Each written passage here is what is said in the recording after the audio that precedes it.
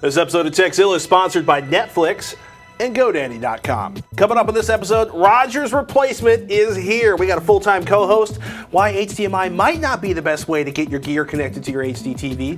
We're going to talk about saving YouTube video for posterity, and we're going to travel in time to when high-end portable audio consisted of two glorious 4-inch woofers, a stereo tuner, and a tape deck with auto reverse, of course. Kick back, grab some munchies, and get yourself ready, because Tekzilla starts now.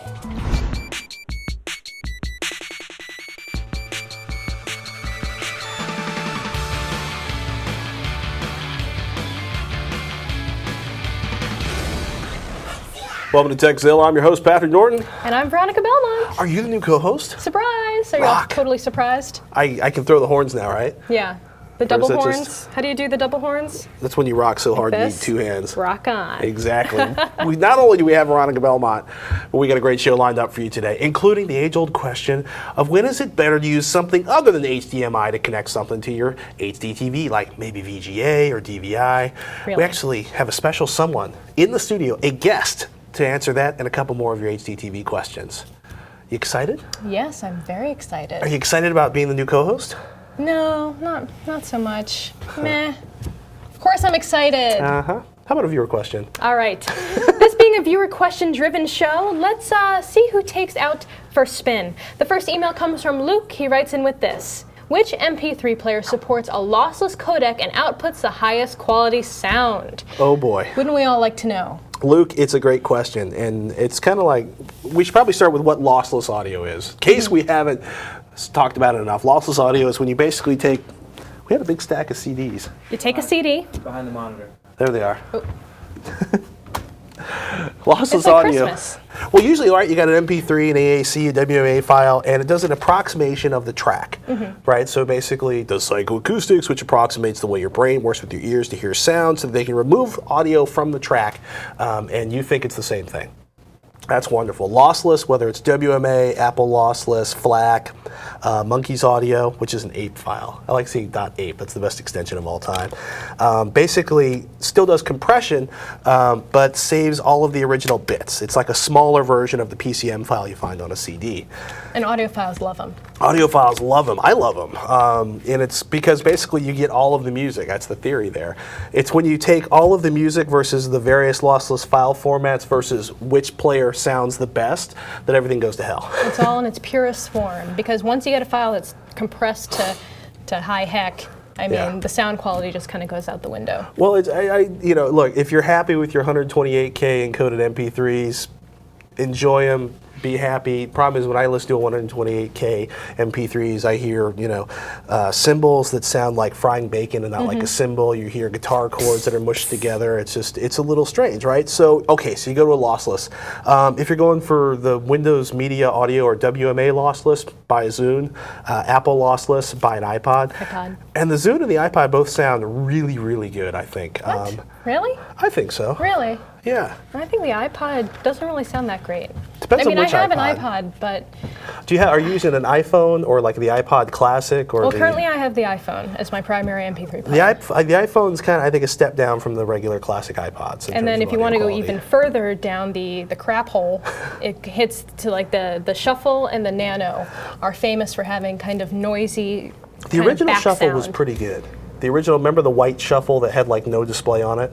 I don't agree with you. Really? No. I can fight you on that one. All right. That was fight to the death. Where are the swords? Dun, dun, dun. There'll be none of that. Sorry. I'm going to see you and see a chipmunk. But the Cowan players, they support FLAC. They support FLAC, and a couple of them actually support Monkey's Audio too. And then there's the iAudio X5 has FLAC support. Yeah, I think so. People tend to like them. One of the things you can do, if you do want to get sort of better audio output, whether you're working with a Zune or an iPod, apparently you actually are ready to move to the Zune, judging from your distaste for the iPod. No, I like quality. the iPod. I do like the iPod. I do prefer the Zune's twist navigation. I think it's kind of neat. It works pretty well. But yes, I am an iPhone user. Well, so I'm trapped forever. All my files are only playable on the iPod. Oh yeah, that's something we should get into, is converting files from format to format can be a wicked, that can make a whole show. Ripping pain in the tuchus. Yeah. So if you don't want to do it over and over again, Yeah, let's talk about that another time. All right. When we come back, the best way to sync files on one PC with another PC, HD TV questions galore, and saving YouTube video. You know, for that posterity we were talking about. I like that thought. It's time once again for our weekly tech accessory pick, where we share with you that one gadget, gizmo, or device that makes our lives just a tad bit easier. This week's pick is Husky's 8-in-1 precision screwdrivers. Whether you call them jeweler's screwdrivers or precision screwdrivers, they're a necessary tool for dealing with the teeny tiny screws found on all kinds of consumer electronics, especially notebooks. Unfortunately, a lot of the sets out there are poorly made with handles that tend to fall off and tips that bend and strip. That's why we like the Husky 8-in-1 precision screwdrivers you can find at Home Depot. A tick under $6 and you get 000, 00, 0, and 1 Phillips along with 1/16, 5/64, 3/32, and 1/8 inch slotted sizes, or a Torx set with T4 through T10 tips and a T15 tip. The handle is decently constructed and stores the tips you aren't using. This is as cheap as those box sets that fall apart when you use them, except these don't fall apart. Although file syncing between desktops is a somewhat pedestrian affair, we've gotten more than a few emails about it. So we yanked two that represented everyone's concerns. The first one comes from Mike, who writes in, I was wondering if you have any suggestions for a program that will allow me to copy folders between my desktop and laptop with relative ease that is Windows XP compatible. I just want a program that will run when I click it and transfer/update my audio and video cast between two computers on a LAN. And the second email comes from Rick. I have a home server, desktop, laptop, as well as a flash drive I like to take to work every day. I would like to be able to not only sync all my latest podcasts onto the flash drive for work, but also make sure certain files are in place when both my laptop and desktop, as well as backed up on my server. Do you know of any solutions, preferably cheap, to my problem? Yeah, syncing on Windows with Briefcase, most people avoid. Yes, because it's old, it's archaic, and actually I don't think they've updated. You know, I've kind of slimmed down a little bit. Oh wait, I'm Roger, just so you know. Oh hey, it's okay. Nice to meet you. Welcome aboard. Thank you. Glad to have you. Thanks for taking my spot. You're welcome. Now it's interesting because it's a question that we often get, but not a lot of people think about because, well, it's file syncing, big deal. You use a thumb drive, copy it on there, move it over, and copy it back. That's a pain. It is a pain, especially if you're dealing, especially like, for example, work, you're dealing with multiple Word documents, Excel spreadsheets. You know, sometimes you get kind of confused. You copy the old stuff, but not the new stuff. And then you come home to work, it's like, oh, I forgot it, or I didn't copy the right ones over. You just want something, you know, boneheaded, simple. You just press a button and it's done. Now, the good thing about Microsoft is after Briefcase was still included in Windows, they actually came out with a separate toy called, or actually a gadget device application called Sync Toy. That's why I call it toy. And it's actually kind of cool. It's totally free, and essentially what it allows you to do is to sync files between two different machines. Now the good way to really do this is to actually have it on a network. Preferably one where you can see both machines. And actually have this running up right here. Simple, have it. Click Create New Pair, and all you have to do is select and isolate the folders that you are the folders that you want in that particular machine. So in this case, the left folder, I will make this personal machine. I will make it the sync folder. Click OK, and right folder. This would be another machine on my network that if I could see, but I cannot. So I will just use my thumb drive because that was also mentioned, a USB drive, which is actually a very smart way to move stuff. Removable drive, and click OK. Next.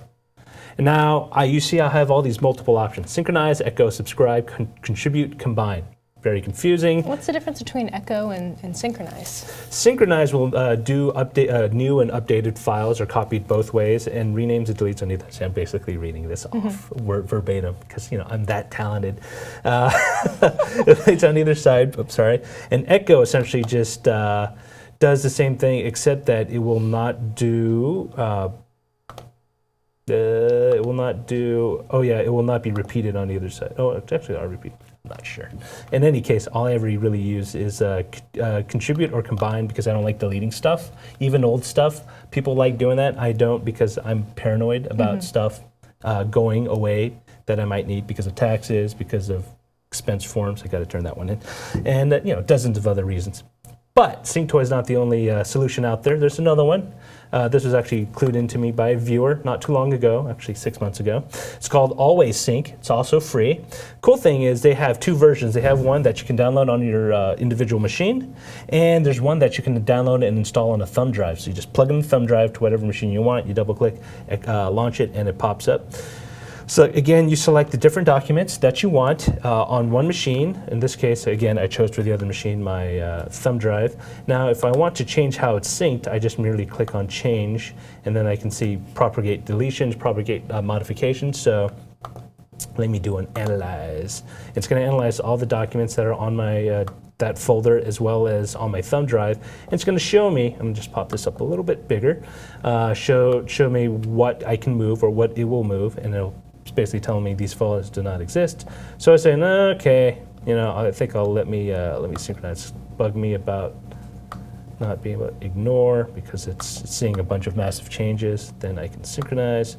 Now it's just basically going to start copying stuff over. Now the great thing is, once you get it working, it works pretty darn well. I was doing files between this and my laptop here from my home PC, and I was going back and forth. It was doing a pretty spiffy job.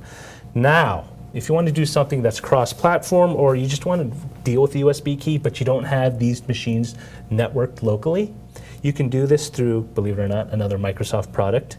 Usually I'm not, ever since Vista, I haven't been a big fan of the Big M. Big M, jeez.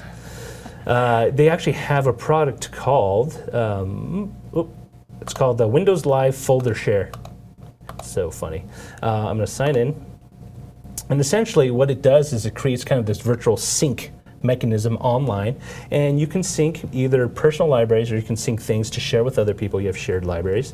And then, of course, remote access. If you want to give, say, a client or something some sort of access to files that they need, say like you're a graphic artist and you're creating their logo, they can go and get it without having you to set up a special folder or anything. And it's really easy. Once you set up a sync folder, this is actually synced with my Mac. You just basically log in and you can sync out the folders that you want. So if I have a folder on my desktop, again, folder sync, and then one on my Mac, and they both contain the files that I want to sync, it's going to look at them and say, okay, I'm going to start copying this over, I'm going to start copying that over. So it does it automatically? You can set it to do automatically, or if you're paranoid, you can do it. Yeah, I'm totally paranoid. See, I wouldn't want to give someone access to a Dropbox and then maybe by accident they put some kind of, virusy software in there, and then it just automatically downloads it to my machine. That wouldn't be good. Yeah, but see, that's where the human trust comes in, and that's one of the. That's always a possibility, and it's a possibility with anything. If I give you this USB drive and say, "Hey, you go borrow it." I don't take USB drives from strangers. But you collect like 8 of them from CES. I don't know what you're talking about. You know what my favorite part about coming to conventions like this? Getting all the press kits on the little USB flash drives that you can then, wipe clean and use for yourself.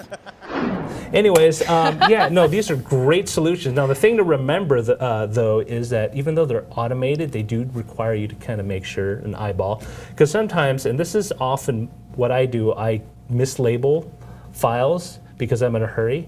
And when it syncs it doesn't always sync the way I want it to because I mislabeled the files or I didn't see them. I didn't notice them that I changed or did not change the file names. I get kind of freaked out. Well, fair enough, yeah. You should definitely always be cognizant of the things that you're doing, especially when syncing, because I've lost content that way quite a few times. So bottom line, try any of those three out. Try any of them out, but if I really, it's really bizarre to say this, I actually like the Windows Live folder share. Not all bad, and the thing right? is, folder share is actually in beta, so it works well right now, so when the release version, I can only say, cross your fingers. All right. Well, anyways, Veronica, I think we need to actually help to pay for all the new stuff that we're getting for the show. Oh, all the new stuff. I'd like to take this moment to give a shout out to one of our sponsors. It's time now for our Netflix sponsored movie pick of the week, and this one comes from our very own PA Serafina. This week's pick, Metropolis. One of the first sci-fi movies ever made, this 2-hour silent film was released in 1927. Set in a dystopian future of the year 2027, not too far off, it tells the story of a society that is starkly divided between the workers who live underground and the upper class who live a life of luxury and ease. That is, of course, until the workers decide to revolt. You'll see the influence of this seminal film in more contemporary films like Dark City, Blade Runner, and even a couple of the Batman flicks. So if you enjoy a sci-fi and want to see where it all began, check out Metropolis. Plus, we'll be setting up a thread about it in the Revision 3 forum, so after you've done watching, tell us what you think in the forum thread. And don't forget, if you're craving movie rentals without driving to the store, check out Netflix.com. With over 90,000 titles online, including Blu-ray titles, you're bound to find the title you're looking for. Plus, with 40 shipping centers, almost all deliveries happen in just one business day. And shipping both ways is free. Plans start at $4.99, but as a Tekzilla viewer, you can get a free trial by signing up at www.netflix.com/Tekzilla, Tekzilla. Welcome to this week's freebie download pick, a free program we find useful, fun, or incredibly interesting. Today's selection, CCleaner. CCleaner is a lightweight and fast Windows registry cleaner and optimizer that removes old temp and cache files, plus deletes personal and private information cookies that your web browser stores when you surf online. The interface is broken into 4 categories: the cleaner, registry, tools, and options. Cleaner does the obvious. It removes all the unused and temp files while also deleting personal data like cookies, browsing, and whatnot from your history. So if someone ever comes across your PC, they can't see what you are looking at, whether it's a website or a document. The registry category analyzes Windows registry and cleans away unused, obsolete, or inconsistent entries. Perfect if you've uninstalled a lot of applications. And if you're worried about doing any permanent damage to your registry, fear not. CCleaner actually offers a backup and does it right before any changes are made. Tools lets you select and remove startup programs, as well as providing you with an uninstall interface to remove installed applications or their entries in the Windows Add Remove option. Perfect for those really pesky applications that just don't want to go. Finally, Option handles the user preferences for how CCleaner is run. If there are areas you don't want it to clean, don't want to check, or just want to save certain sections, check the appropriate box. So, if you want a simpler and less complicated way of cleaning out your Windows machine, give CCleaner a try. Our next set of questions require a little more insight than Patrick or I can provide. So we reached out and gave Robert Heron from PC Mag and DLTV fame a call. Welcome to the show. Hey, thank you. My worlds are colliding. Indeed. It's kind of freaky. We visit each other frequently. So are you ready for some questions? Shoot. All right, Scott has a couple of questions about HDMI and VGA. He writes, I'm using a Samsung LCD HD TV as my primary monitor for my PC. Should I connect my PC through the HDMI port with my DVI to HDMI cable, or should I go to the VGA input, which appears to be dedicated for PC usage? Also, should I use the Mad Catz HDMI adapter instead of the component output from my 360 if I go VGA with my PC? Awesome. That was a mouthful. That was. There was a lot of stuff going on there. So what do you think? Well, I took a look at the TV, the specific TV he has. It's a 40-inch Samsung, and it offers true 1080p resolution, 1920 by 1080 pixels. Generally, those TVs will allow you to then use the digital input, namely HDMI, and get a full pixel-for-pixel match from the computer. So ideally, that's going to be the best way to go for the PC. You're going to lose one of your HDMI ports, and if that is a problem, you can always go to the VGA, but because it's a digital input using HDMI, you're going to get better clarity and better presentation of the image on the screen. And because it's a 1080p model, you won't have to deal with weirdness like overscan of the image where you'll lose the border of the picture due to just oddities in how the display is projecting its image. Now there will be a setting you'll have to deal with within the TV itself to eliminate that overscan, but it's real easy to find and it's real easy to set up. That would be how I'd connect the TV to the computer to the TV itself. Now, as far as his Xbox 360 goes, he's currently using, I believe, he's either using VGA output. It's an older Xbox, I'm taking it. So he's either using the VGA adapter for it or the component video adapter. That's going to be the best way. I've looked at the Mad Catz product before and I've consulted with some of my gaming experts as far as the console side of things goes. It turns out that original Xbox is actually outputting an analog signal. So even if you've got the Mad Catz adapter, all it's doing is an analog to digital conversion for you, whereas every HD TV will do that automatically just by using the connections that are provided. So you're not going to gain any image quality benefit by using an adapter product that would convert that externally, that analog signal to digital. So the best things to do in that case, well, If you can, use the VGA input on the TV because odds are it will take a 1080p input from the Xbox 360 for all content, be it upscaled DVDs, which normally you can only do 480p with the Xbox 360 and component video output. And for all of your games, you'll be able to run those at 1080p as well. So that's where I would stick there. And what was that third part? I'm already... Let's see. So we got, the 360 was the last part, I 360? think. Unless we missed something in the middle. Well, the PC? We got the PC, right? PC part, stick with your digital inputs. Essentially, stick with the digital. Don't use converter products. And in the case of the 360, you're probably using component or VGA. Stick with those. Those will provide your best image quality. Very cool. Excellent. Very sound advice. Our next question comes from Anthony. He wants to know, can you recommend a TV tuner box for a widescreen display, 1680 by 1050 resolution on output? I want to buy a tuner card or box for my PC, but I want optimal display for my new 20-inch widescreen LCD. Thoughts? Well, any tuner card product that you put in a computer is going to put an image on your screen, and the video card will take care of that scaling. Regardless of what resolution the channel you're watching is or the program you're watching, the video card's going to take care of making that look right on your television. So you really don't have to worry about a resolution of the display versus the input of the signal and all of that kind of stuff. You're really just looking for a good tuner card at this point. I really like what ATI is doing. Their 650 series of HD TV tuner cards provide very sensitive tuners. So if you're dealing, maybe you're a long distance from the towers that transmit the signal, it will help pick those up. If you're dealing with multipath reflections or other problematic antenna style environments, that will help a lot. There's also there are plenty of terrific HD TV tuner products out there right now, and that was one that came off the top of my head. Recently looked at a new product from Elgato, the guys that do Mac software and Mac-related tuning products. They actually have one now that connects into your home network so that anywhere you have a connected network connection for all of your computers, you can run some software and then look at the received television programming that way. It will also work online as well, a la, say, like Slingbox would, which is really cool. Really convenient. Yeah, and of course, if you're running something like Media Center or whatever, you can usually tie those cards right into that software as well, so you don't have to load up any additional software. Yeah. Excellent. Are you feeling okay? Do you want to maybe take one more question? Yeah, I would. All right. I'm on a roll. All right, our final question is from JR, and it's a two-parter. So Okay. I guess that's actually kind of two more questions. So bear with us. Okay. You'll be okay. I can do it. I wanted to ask about your suggestions for an HD TV for my dad. He's looking for a 37-inch model in the $1,000 range. He wants to make it part of a home theater system. Additionally, you could talk a bit about the differences between getting HGTV over the air versus through your cable satellite provider. $1,000 for a 37-inch panel is a terrific, you have a great budget. That's not a tight budget to work with. You have a lot of options. You can go online to somewhere like, say, Amazon.com, type in 37-inch LCD. Boom, you're going to get a ton of great He great doesn't even products really you can need choose to look from. for a budget model. Not in this really. case.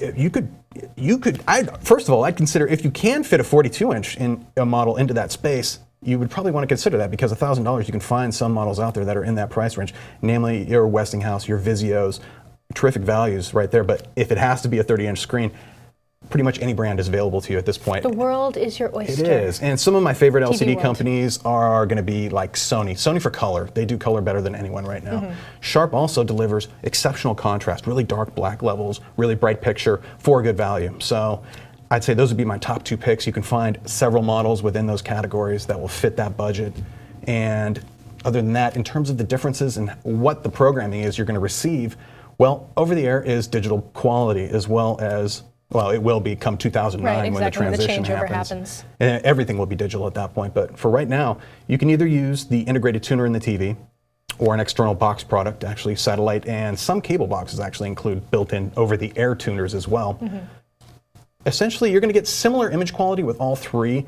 I would say in my own experience, I've found that cable and satellite deliver slightly more compressed viewing quality in terms of it looks a little blockier, it's a little less detailed than you would get from over the air. Over the air really has no bandwidth restrictions, so you can deliver that full quality HD signal, which is about 20 megabit per second. Is there any kind of interruption with the signal when you're going over the air? Can be. There can be. I've seen everything from somebody operating an appliance nearby that's causing electrical interference that causes pops and stutters in the signal, to just oddities. It could be the weather that can, determine how good or not your signal is and how consistent that reception is. Ideally, you would want, if you're going to do that full time, you really want to consider getting a good antenna, an overpowered antenna that would either sit on the roof or somewhere where you have the best line of sight you can to the towers. Now, there's some great websites out there for looking up that kind of information. What channels are available to you over the air, or what antenna should you use for a particular situation. Antennaweb.org is a terrific place to go. You can just type in your zip code.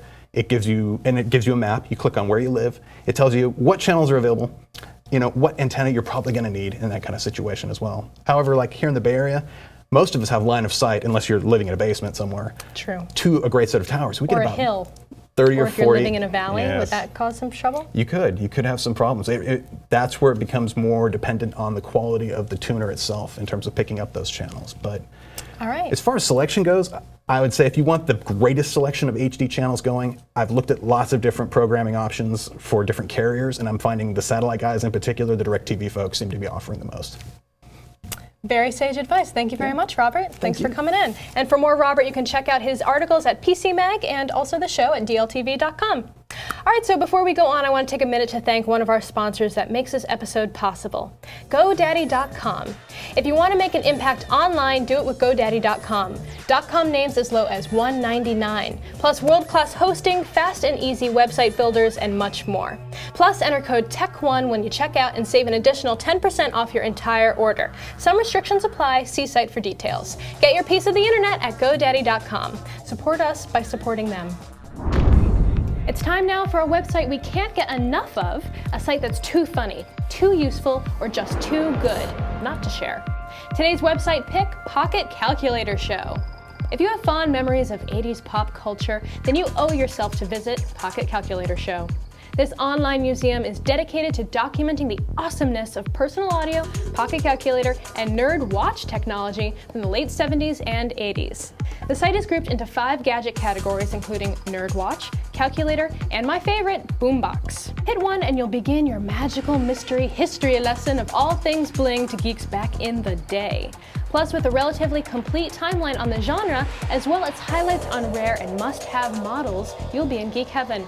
And if you're hardcore enough to be a collector of these fine 20th century artifacts, the site also includes a forum where you can trade gear, swap parts, and share tips and stories about your boombox, nerd watch, Walkman, or pocket calculator. PocketCalculatorShow.com. It's part time machine, part museum, and all geeky fun. All right, Patrick, ready for some questions? Absolutely. First up, Scott Absolutely. wants to archive Flash video.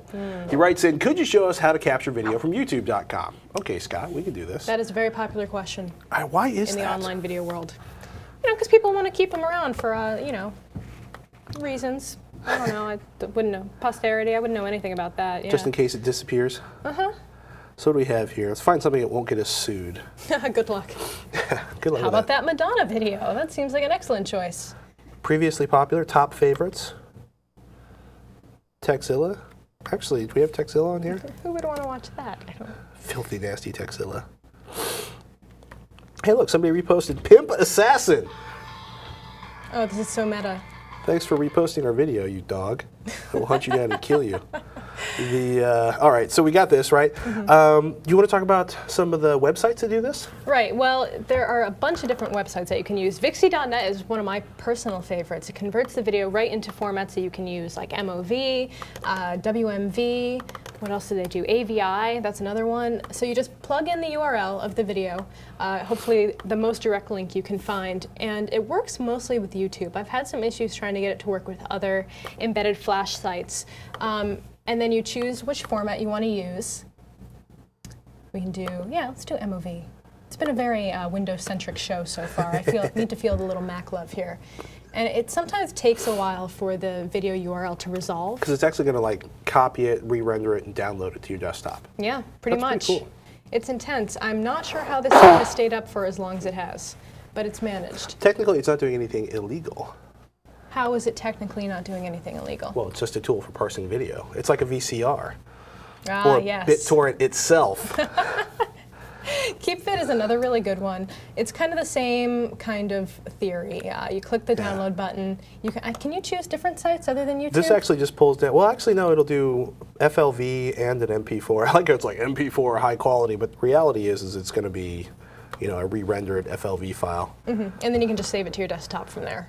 You're going to need FLV player to play an FLV file. My personal favorite for this is a Firefox plugin called Video Download Helper, and it installs this little gadget up in the corner here. And so if I'm on the video page, it basically gives me a list of everything that's on. Whoops, that's not what I wanted. There we go, Tekzilla Daily Tip. So it shows all the available media that's embedded into the page. Exactly. And look at that, and there we're downloading.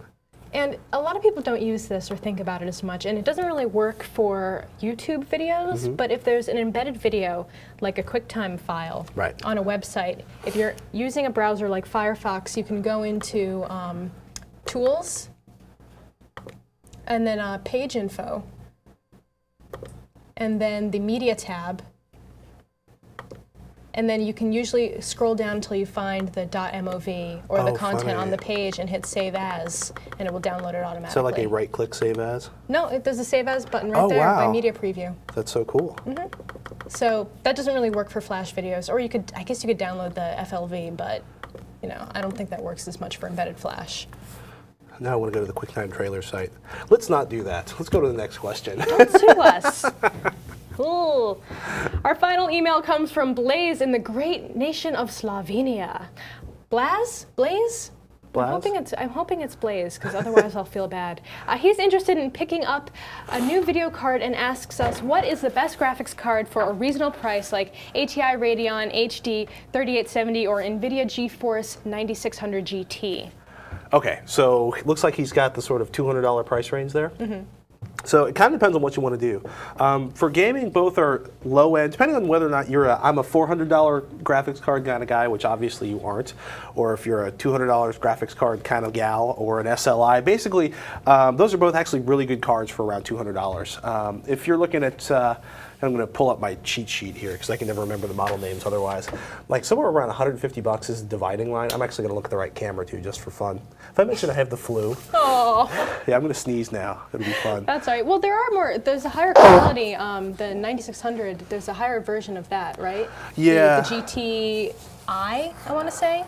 Well, I'm going to keep it focused because otherwise I get lost with all the extensions. I'm waxing One of the things to do though is be really careful when you're buying. It doesn't matter if it's NVIDIA or AMD.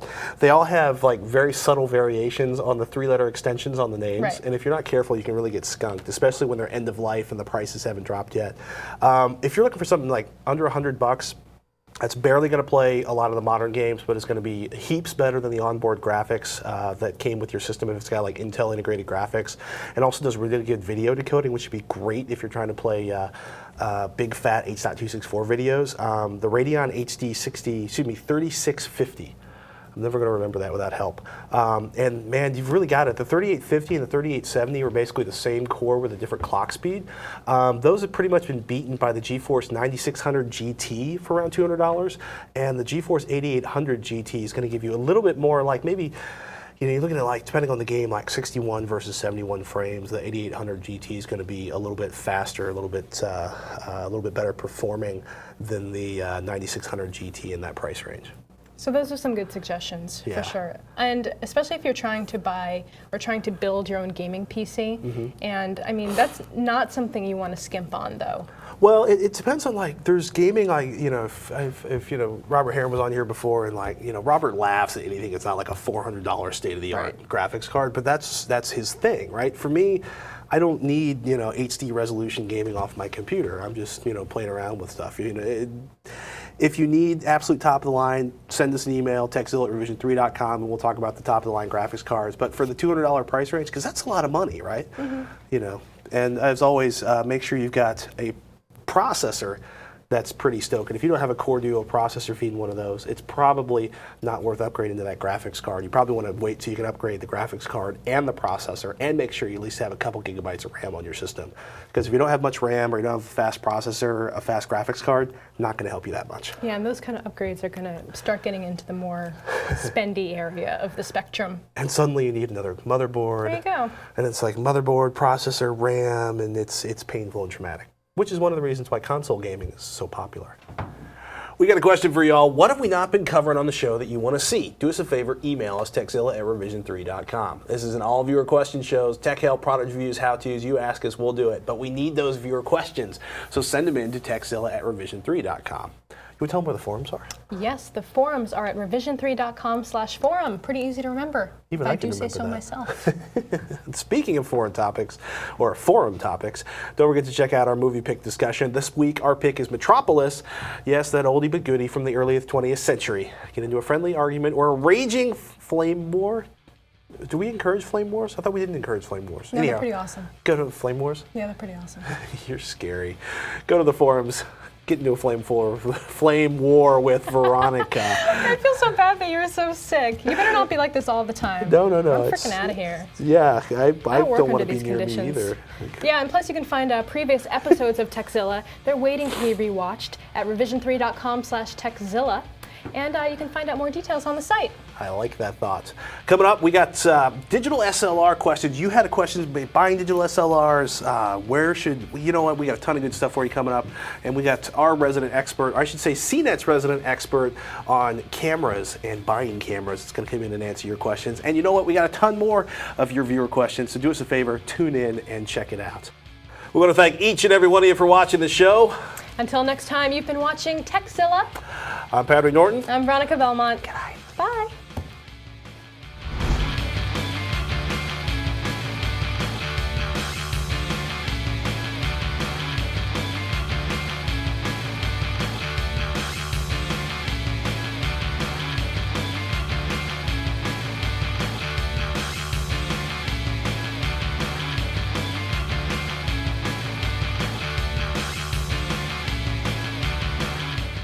Who am I?